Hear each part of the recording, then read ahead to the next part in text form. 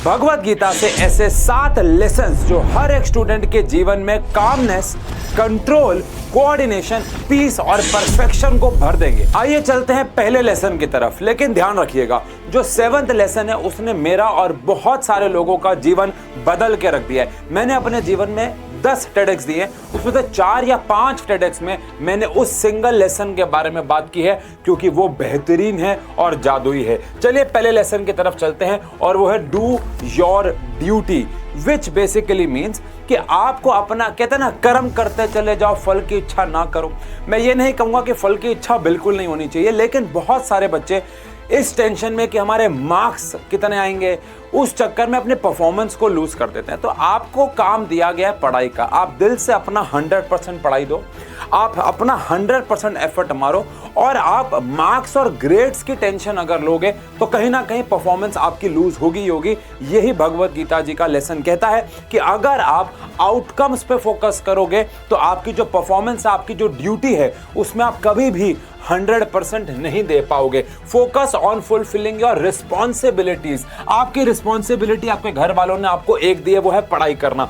मुझे पता है बहुत सारे बच्चे मेरे जैसे पढ़ाई के साथ साथ काम भी करते हैं, पैसे भी अर्न करते हैं, बट मुझे लगता है इंडिया में मेजरली बच्चों को उनके माँ बाप ने सिर्फ एक काम दिया हुआ है, और वो है अपनी ड्यूटी पूरी करना, और वो है पढ़ाई। तो आपको अपनी ड्यूटी पे फोकस करना है। कई बच्चे बहुत ज़्यादा कंज्यूम हो जाते हैं बाय द आउटकम, यानी वो बहुत ज़्यादा अपने ग्रेड्स, अपने मार्क्स, यार उसके इतने आ गए, मेरे इतने नहीं आए, मेरे फलाना ढमकाना, उस चक्कर में उनकी परफॉर्मेंस जो है वो लूज होती ही होती है। और ध्यान रखें, अपने आप को ऐसे बदल दें कि भैया रिजल्ट, ऑब्वियस सी बात है, आप हमेशा भागो एक्सीलेंस के पीछे, लेकिन अगर कहीं बार आपको, जैसे मान लेते हैं मैं ये वीडियो पूरी शिद्दत से, पूरी ईमानदारी से बना रहा हूँ, मान लेते हैं इस पे वीडियोस पे व्यूज़ नहीं आते, लाइक नहीं आते, मान लेते हैं वीडियो आप लोग पसंद नहीं करते, तो मुझे ये एक्सेप्ट करना होगा कि मैंने कहाँ गलती करी, और मुझे अपने रिजल्ट को इक्विनिमिटी, यानी कि मुझे बिना किसी स्ट्रेस के, मुझे ऐसे स्ट्रेस नहीं लेना होगा कि भैया मेरा रिजल्ट क्या रहेगा। अगर मैं ऐसा सोचता रहूँगा कि मेरा रिजल्ट क्या रहेगा, मेरे व्यूज़ आएंगे नहीं आएंगे, मैं मार्क्स लाऊंगा नहीं लाऊंगा, तो कहीं ना कहीं परफॉर्मेंस लूज होगी ही होगी। एक छोटी सी घटना बताता हूँ। हमारे पास ऑफलाइन में एक बच्ची 11th में पढ़ने आती थी। हम लोग रोहिणी दिल्ली में पढ़ाते हैं, और वो बच्ची सोनीपत से पढ़ने आती थी, जिसको पता हो बहुत ज़्यादा गैप है, रोज़ अप डाउन करती थी।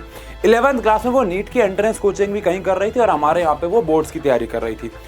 उसके ना नीट के जो मॉक टेस्ट हो रहे थे, उसमें परफॉर्मेंस इतनी ज़्यादा लूज हो रही थी, जिसकी वजह से, वो इतनी ब्राइट स्टूडेंट थी, जिसकी वजह से कहीं ना कहीं वो इतना सोचती थी कि मेरे मॉक टेस्ट में मार्क्स नहीं आ रहे, वो यहाँ के टेस्ट में भी गलत परफॉर्म करने लग गई। तो अगर आप अपनी ड्यूटी दोगे, 100% एफर्ट मारोगे, पढ़ाई करोगे, तो और अपने ड्यूटी पे फोकस करोगे, तो मार्क्स मुझे लगता है अपने आप आ जाएंगे। तो फर्स्ट लेसन कहता है do your duty. Second lesson है सीक नॉलेज। अब जो बच्चे हमारे पेड बैच के हैं या ऑफलाइन के हैं और ये वीडियो देख रहे हैं, वो जानते होंगे कि जब भी हम लोग क्लास में कोई टॉपिक शुरू करते हैं, मैं हमेशा से उनको बोलता हूं कि मन में सोचो कि हम ये क्यों पढ़ रहे हैं। एक एग्जांपल लेना चाहूंगा यहाँ, अगेन सबको समझ में नहीं आएगा। 11th class units and measurement में एक टॉपिक आता है डायमेंशंस। तो अगर मैं बच्चे को बोलूं कि यार हम बस डायमेंशन पढ़ रहे हैं, तो बच्चे को कभी समझ में नहीं आएगा, उसका इंटरेस्ट नहीं जागेगा। लेकिन डायमेंशन टॉपिक शुरू होने से पहले ही मैं उनको बताता हूं कि बेटा ये जो टॉपिक है वो आगे जाके आपको फॉर्मूला डिराइव करवाएगा। अब एक छोटे बच्चे को A for Apple, B for ball याद करवाना मुश्किल क्यों होता है, उसकी लाइफ का वो एक डिफिकल्ट फेज क्यों होता है, क्योंकि उसे पता नहीं होता कि मैं क्यों कर रहा हूं। और उसे शायद ये समझाना भी मुश्किल है कि अल्फाबेट से आगे वर्ड्स बनेंगे, वर्ड से सेंटेंस बनेंगे, और तू लोगों से कम्युनिकेट कर पाएगा। बिल्कुल इसी प्रकार मुझे नहीं लगता ऐसा एक भी सब्जेक्ट है जिसका कोई यूज नहीं है हमारे जीवन में, या सर पैर नहीं है। इंस्टाग्राम पे बहुत सारी रील्स आपने देखी होंगी जहाँ पे लोग बोलते हैं कि हमारे को ये पढ़ाई काम नहीं आई। अरे आप उस फील्ड में नहीं गए ना, तो अगर आप एक सर्टेन फील्ड में जाते हो तो एक सर्टेन प्रकार की पढ़ाई आपके काम आएगी ही आएगी। द पॉइंट इज, जब भी आप पढ़ने बैठो तो आपके अंदर एक नॉलेज गेन करने की क्यूरियोसिटी होनी चाहिए कि आज मैं कुछ नया सीख के जाऊंगा। लेकिन अगर आप पढ़ाई, फिर से वही बात करूंगा, लेकिन अगर आप ग्रेड्स के लिए पढ़ रहे हो कि यार मैं तो इसलिए पढ़ रहा हूँ कि मेरे नंबर आ जाए, यार मैं तो इसलिए पढ़ रहा हूँ कि मेरे अच्छे मार्क्स आ जाएं, तो आप हो सकता है कहीं ना कहीं अच्छे ग्रेड तो ले आओ, लेकिन आप जीवन में बहुत ज़्यादा कोई नॉलेज गेन नहीं कर पाओगे। मैं हमेशा से देखता हूँ क्लास के अंदर 2 प्रकार के बच्चे होते हैं। एक जो आते हैं डेरिवेशन रट्टे मारते हैं, फॉर्मूले रट्टे मारते हैं, बहुत सारे क्वेश्चन बनाते हैं और घर चले जाते हैं। मुझे उनसे कोई प्रॉब्लम नहीं है, वेरी गुड, अच्छे मार्क्स भी स्कोर कर लेते हैं। लेकिन हमेशा से क्लास के अंदर आपने भी नोटिस किया होगा, अगर आप किसी ऑफलाइन में जाते हो या अपने स्कूल जाते हो, कि कुछ बच्चे ऐसे होते हैं जिनके मन में बहुत क्यूरियस क्वेश्चंस रहते हैं कि सर अगर ऐसे ना होता, ऐसे होता तो क्या होता, सर इसकी जगह पे ये ले लूंगा तो क्या होगा, सर इसकी जगह पे ऐसे कर देंगे तो क्या होगा।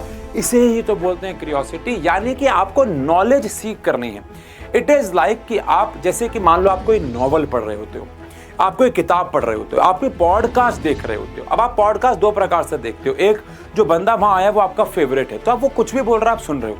लेकिन एक होता है आप कोई पॉडकास्ट देखते हो नॉलेज के लिए, जहां पे आपको कुछ ना कुछ ज्ञान मिलता है। तो जब भी पढ़ाई करने बैठो आपको दिमाग में ये रखना है, भगवत गीता भी इसी चीज को प्रमोट करती है कि आपको लर्निंग और एक्वायरिंग नॉलेज पे फोकस करना है, ना कि आपको मार्क्स पे फोकस। ऑब्वियस सी बात है, वहां पे मार्क्स का मतलब रिजल्ट ही है, आउटकम ही है।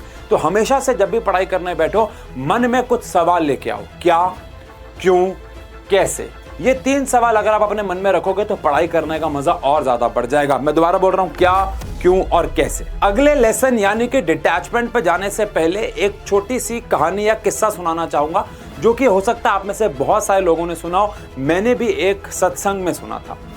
टॉपिक ये है कि अगर मैं आपको बोलूं कि एक फूल जो कि 5 ग्राम 10 ग्राम का होगा, उसको अपने हाथ में उठा के रखो, तो क्या ये काम आसान है, मुश्किल है? तो आप कहोगे सर बहुत आसान है, क्योंकि वो जो फूल है वो बहुत ही ज्यादा हल्का है। लेकिन अगर मैं आपको बोलूं कि वही फूल को आप ऐसे पकड़ो, तो आप कहोगे सर अभी भी आसान है।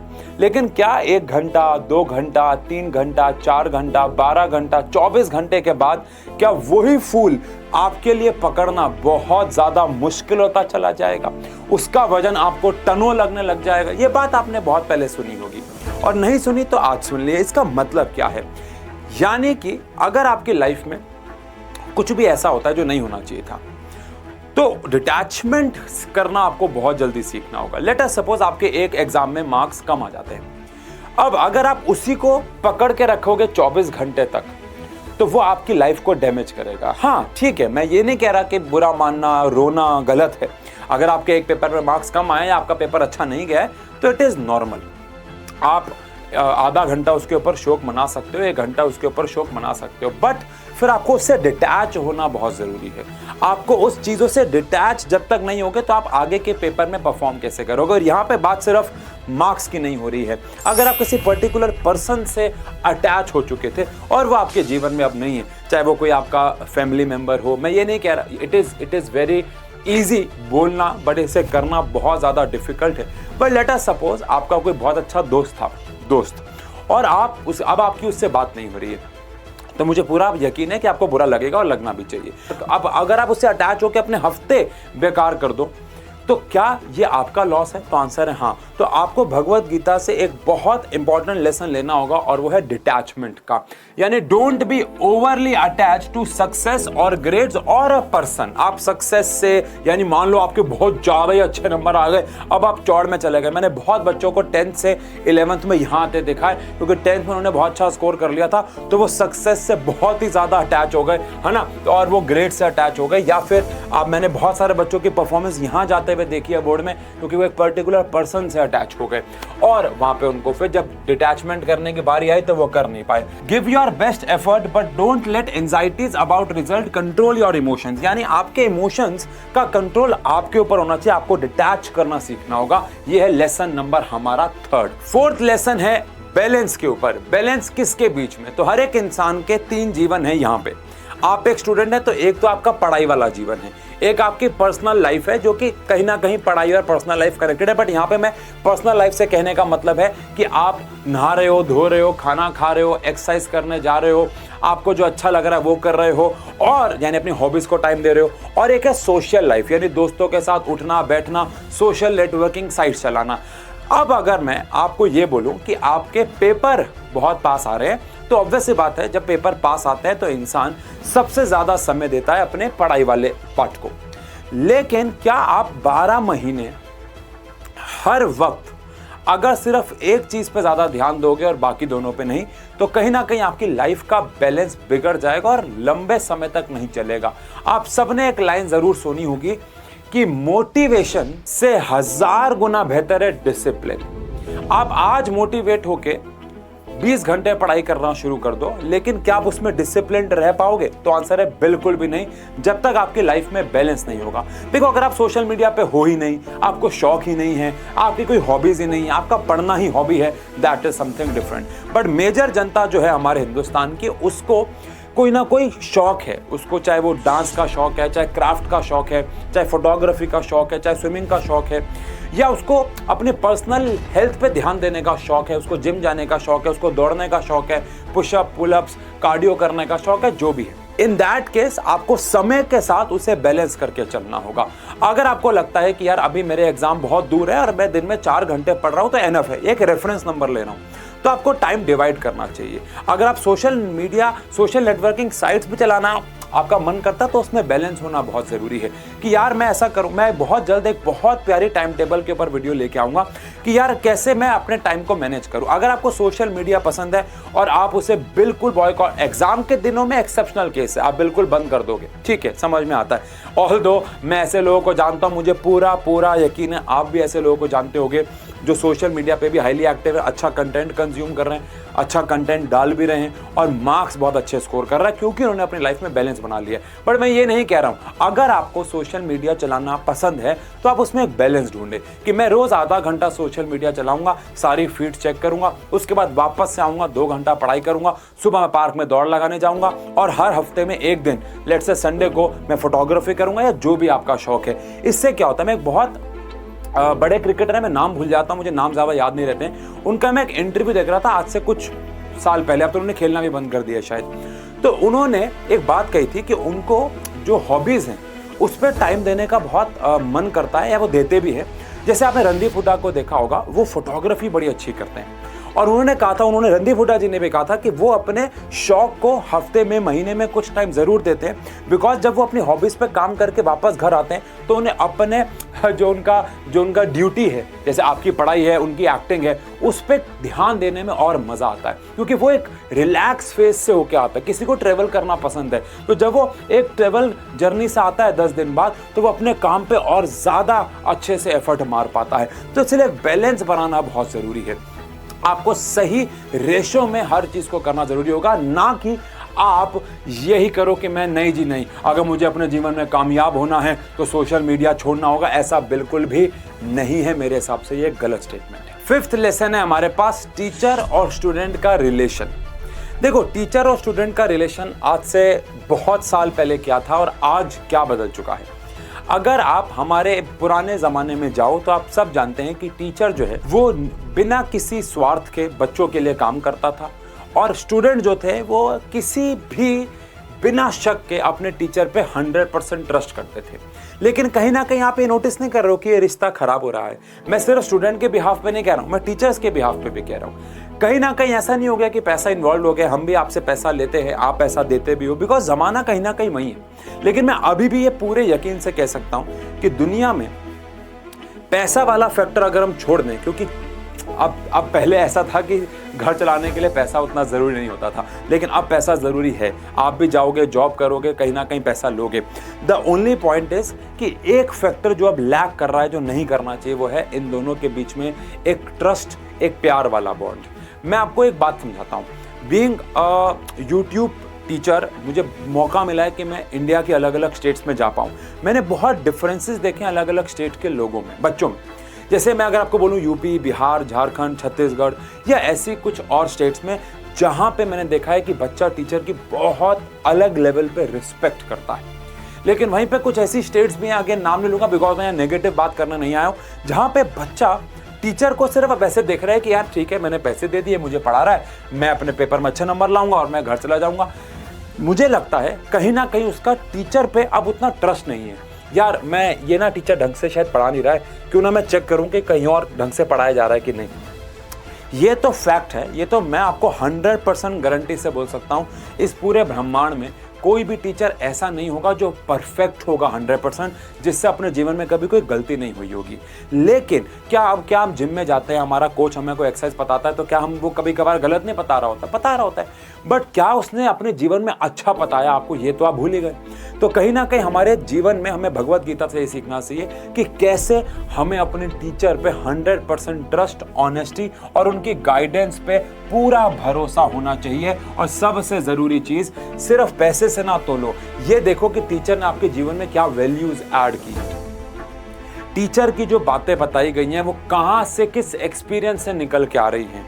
कोई ऐसा टीचर जो अपने आप जीवन में IIT क्रैक कर चुका है, अगर वो आपको IIT का ज्ञान दे रहा है तो आपको ट्रस्ट होना चाहिए। कोई जीवन में टीचर 15 साल से अगर ऑफलाइन में बच्चों को पढ़ा रहा है, तो और अगर आपको बता रहा है कि बेटा बच्चों का बिहेवियर ऐसा होता है, यहाँ फंसोगे, इस पे मेहनत कर लो, तो आपको समझना होगा। कोई टीचर अगर खुद एक डॉक्टर है और वो एम्स क्रैक कर चुका है और वो आपको कुछ शिक्षा दे रहा है, तो आपको उस पर 100% ट्रस्ट होना चाहिए ही चाहिए। क्योंकि अगर किसी पर 100% ट्रस्ट होगा तो आपके अंदर एक पॉजिटिविटी आएगी, आपका फोकस इंप्रूव हो जाएगा। नहीं भाई, ये टीचर सही कह रहा है, मैं इनकी बात मानूंगा और मैं इनके राह पे चलूंगा, कहीं तो पहुंचोगे ना। बात समझ में आई क्या? तो टीचर स्टूडेंट का जो रिलेशन है, जो लैक हो रहा है, उसको बेहतर करना हमें भगवत गीता का ये वाला लेसन सिखाता है। सिक्स्थ और सेकेंड लास्ट लेसन जो हम भगवत गीता से सीख सकते हैं वो है एक्शन विद इंटीग्रिटी। अब एक्शन विद इंटीग्रिटी बहुत सेंसिटिव टॉपिक है, इसके ऊपर डिस्कशन अगर हम लोग करें कि हमें अपने स्टूडेंट लाइफ या एक्चुअली पूरी लाइफ के अंदर एक चीज हमें बैक ऑफ द माइंड में हमेशा सोच के रखनी है कि क्या हम किसी के साथ किसी प्रकार की कोई चीटिंग तो नहीं कर रहे हैं। Strive for academic excellence through honest means, यानी कि आपको अपने जीवन में पढ़ाई में एक्सीलेंस तो अचीव करना है, लेकिन आपके मीन्स ऑनेस्ट होने चाहिए। बहुत शॉर्ट में कहूं तो पर्ची बनाना, जीरो कॉपी कराना, फर्रे बनाना, या फिर पेपर लीक हो रहा है तो उसे ले लेना, ऐसा बहुत होता है, आपको पता है इंडिया में, और बहुत ज़्यादा न्यूज़ भी चल रही हैं। बट यहाँ पे मैं आपके पर्सनल लेवल के डिसऑनेस्टी की बात कर रहा हूँ कि भैया आपने पर्ची बना ली या क्लास के अंदर चीटिंग कर ली। आप सबको पता है कि अगर आप चीटिंग करके अपने जीवन में ज़्यादा मार्क्स स्कोर करते हो तो आपके शायद मार्क्स तो आ जाएंगे, हो सकता है आपको कहीं ना कहीं जॉब भी मिल जाए, ऑल्दो जॉब मिलना बड़ा मुश्किल है, क्योंकि हर एक जॉब में अब सिर्फ मार्क्स सब कुछ नहीं बचे, ये आप सब जानते हो। लेकिन हाँ, हो सकता है आपको जॉब मिल भी जाए, बट क्या वहां पे आप सरवाइव कर पाएंगे? क्या वहां पे आप और अपने आप को, क्योंकि आपका नेचर वैसा बन चुका होगा। जैसे कि टू बी वेरी ऑनेस्ट, दुनिया में दो प्रकार के बेगर्स होते हैं। एक जिनको जेन्युइनली ज़रूरत होती है, मैं हमेशा कोशिश करता हूं कि मैं उनकी हेल्प कर पाऊं, या हमारे यहाँ पे जो बच्चे भी आते हैं, चलो नेवरदलेस, लेकिन कई जगहों पर आपको दिखता है कि ये इंसान अच्छा है, अच्छा खाता पीता घर का लग रहा है, हट्टा कट्टा है, बेहतर हालात में, और ये काम कर सकता है, बट फिर भी वो भीख मांग रहा है। तो मेरा ये नेचर है कि मैं उनकी हेल्प नहीं करता, क्योंकि मुझे लगता है कि उससे उनको हैबिट होगी, आदत हो जाएगी भीख मांगने की। आप सब जानते हैं, जो जुआ खेलता है, जो सट्टा लगाता है, जो मैच पे पैसा लगाता है, बेट लगाता है, कहीं ना कहीं उससे मेहनत वाले काम होने की आदत चली जाती है।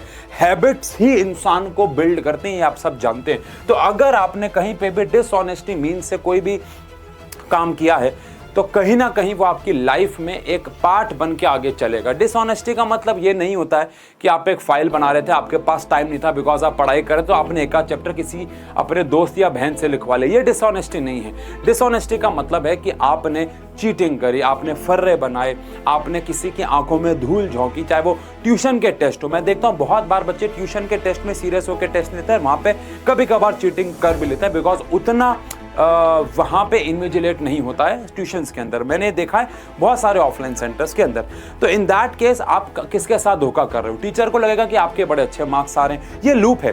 टीचर को लगेगा आपके बड़े अच्छे मार्क्स आ रहे, टीचर को लगेगा आप होशियार हो, टीचर आप पे कम ध्यान देगा, और वो लूप चलता रहेगा, और एज अ रिजल्ट आप नॉलेज कम गेन कर रहे हो और चीटिंग से आपके मार्क्स आ रहे हैं। तो गीता से ये एक इंपॉर्टेंट लेसन हम सीखते हैं कि आप जो भी करो उसमें एक इंटीग्रिटी होनी चाहिए, एक सेल्फ रिस्पेक्ट होनी चाहिए, एक सेल्फ ऑनेस्टी होनी चाहिए कि भैया या तो मैं ईमानदारी से करूंगा या तो मैं नहीं करूंगा। आखिरी और सबसे इंपॉर्टेंट लेसन, और मैंने आपको बताया ये आपका जीवन बदल के रख सकता है, और वो है you become what you believe. आप वही बनोगे जो आप अपने ऊपर यकीन रखते हो। मैंने इसके ऊपर 2-3 किताबें पूरी की पूरी पढ़ रखी हैं। द सीक्रेट, बहुत फेमस किताब, and power of habit, and power of subconscious mind, 3 किताबें पढ़ी हैं मैंने इसके ऊपर, और मैं इसके ऊपर 4 घंटे बात कर सकता हूं। और भगवत गीता में भी ये बात बोली गई है, आप जो सोचेंगे आप वो बनेंगे, ये फैक्ट है, ये फैक्ट है, ये फैक्ट है। अब अगर आप समझे, belief is the world's most powerful thing, और we can say a feeling, because it can heal a sick person. आप सब जानते हैं एक दवाई होती है प्लेसिबो। डॉक्टर कभी कभार समझ जाता है कि यार ये इंसान ना ठीक होना ही नहीं चाह रहा है, इसको बस दवाइयां चाहिए, तो डॉक्टर कहीं ना कहीं कुछ ऐसी दवाइयां देता है जो कि न्यूट्रल होती हैं। आप सर्च करना इसके बारे में, और वो दवाइयां आपकी बॉडी में कुछ जाके नहीं करती हैं, बस आपको ऐसा लगता है कि मैंने दवाई खाई अब मैं ठीक हो रहा हूं। This is known as placebo effect. ध्यान रखिएगा, एक फीलिंग एक बीमार इंसान को ठीक कर सकती है, एक सैड पर्सन को हैप्पी बना सकती है, और can make a failed person progress. यानी अगर आप अपने जीवन में पॉजिटिव थिंकिंग रख के हर एक काम करोगे कि हाँ मैं आज ये चैप्टर खत्म करूंगा, ये चैप्टर मुझे समझ में आएगा, मेरे को फिजिक्स आसान लगती है, मुझे केमिस्ट्री आसान लगती है, साइंस तो कुछ भी नहीं है, हलवा है, मैं भैया अपने क्लास में सबसे अच्छे मार्क्स स्कोर करूंगा, मुझे अच्छी नौकरी मिलेगी, मैं अच्छा बिजनेसमैन बनूंगा, मैं खरबों में कमाऊंगा, मैं अपने पापा मम्मी को एक गाड़ी लेके दूंगा, उनको एक अच्छे घर में, हमारे घर में स्विमिंग पूल होगा, हम ऐसे कपड़े पहनेंगे, हम दुनिया घूमेंगे। अगर आप जो सोचोगे आपको वो मिलेगा। आप सोचोगे ऐसे कि मैं पास हो जाऊं, मेरे को 20-30 हज़ार रुपये की नौकरी लग जाए, मैं अपने घर में अच्छा सा पेंट करा लूं, मेरे पास एक छोटी सी गाड़ी हो जिसमें माँ बाप को मैं मंदिर ले जाऊं। मैं ये कह रहा हूं, जैसा आप सोचोगे वैसा बनोगे। ये भगवत गीता कहती है, ये द सीक्रेट कहता है, ये द मैनिफेस्टेशन की किताबें कहती हैं, पावर ऑफ हैबिट कहती है, पावर ऑफ सबकॉन्शियस माइंड कहती है, और मैं खुद कहता हूं क्योंकि मैंने इसे अपनी लाइफ में यूज़ किया है। मैं अपने विजन बोर्ड के ऊपर एक वीडियो ज़रूर बनाऊंगा कि मैंने अपने घर में कैसे एक विजन बोर्ड लगा रखा है, और मैं रोज़ सुबह उठ के अपने गोल्स को इमेजिन करता हूं कि ये मुझे अचीव करना है, या एक्चुअली मैं ऐसे इमेजिन करता हूं कि ये मैंने अचीव कर लिया है, मैं ये बन गया हूं, मैं ऐसा हो चुका हूं, मैं ऐसा हो चुका हूं। और क्योंकि जो आप सोचते हो वो आप बनोगे। भगवत गीता भी यही कहती है। तो ये 7 लेसन अगर हम समराइज करें, आपके जीवन में सबसे इंपॉर्टेंट रोल अदा करेंगे, बदलाव लेके आ सकते हैं। सबसे पहला है अपना काम करो, फल की इच्छा ना करो। सेकेंड है सीक नॉलेज, नॉलेज की तरफ भागो, मार्क्स की तरफ मत भागो। डिटैचमेंट, कुछ बुरा हुआ है तो जल्द से जल्द उससे अपने जीवन में डिटैचमेंट लो, उससे अटैच होकर अपना बाकी समय खराब मत करो। बैलेंस बना के चलो, सोशल लाइफ में, पर्सनल लाइफ में, और अपनी पढ़ाई की लाइफ में यानी प्रोफेशनल लाइफ में। टीचर स्टूडेंट, टीचर के रिस्पेक्ट करना शुरू करो, उनकी चीजों पे बिलीव और ट्रस्ट करना शुरू करो। एक्शन विद इंटीग्रिटी, जो भी करो पूरी ईमानदारी से करो, कहीं पे भी आपके मन में छल कपट ना हो। And last but not the least, सोचो और वो बन जाओ। तो आशा करता हूँ ये वीडियो आपके लिए कहीं ना कहीं यूजफुल हुई होगी। प्लीज़ वीडियो को लाइक कीजिएगा, इससे हमें और मोटिवेशन मिलती है। और आपको अगली वीडियो किस टॉपिक पे चाहिए कमेंट सेक्शन बताइएगा। इस चैनल यानी साइंस एंड फन मोटिवेशन पे मैं आपके लिए ऐसी बहुत सारी और वीडियोस पे काम कर रहा हूँ जो आपके जीवन में आपको अच्छा इंसान, बेहतर इंसान, और ऑब्वियस सी बात है कहीं ना कहीं अच्छे मार्क्स भी दिलाएगी। Thank you so much.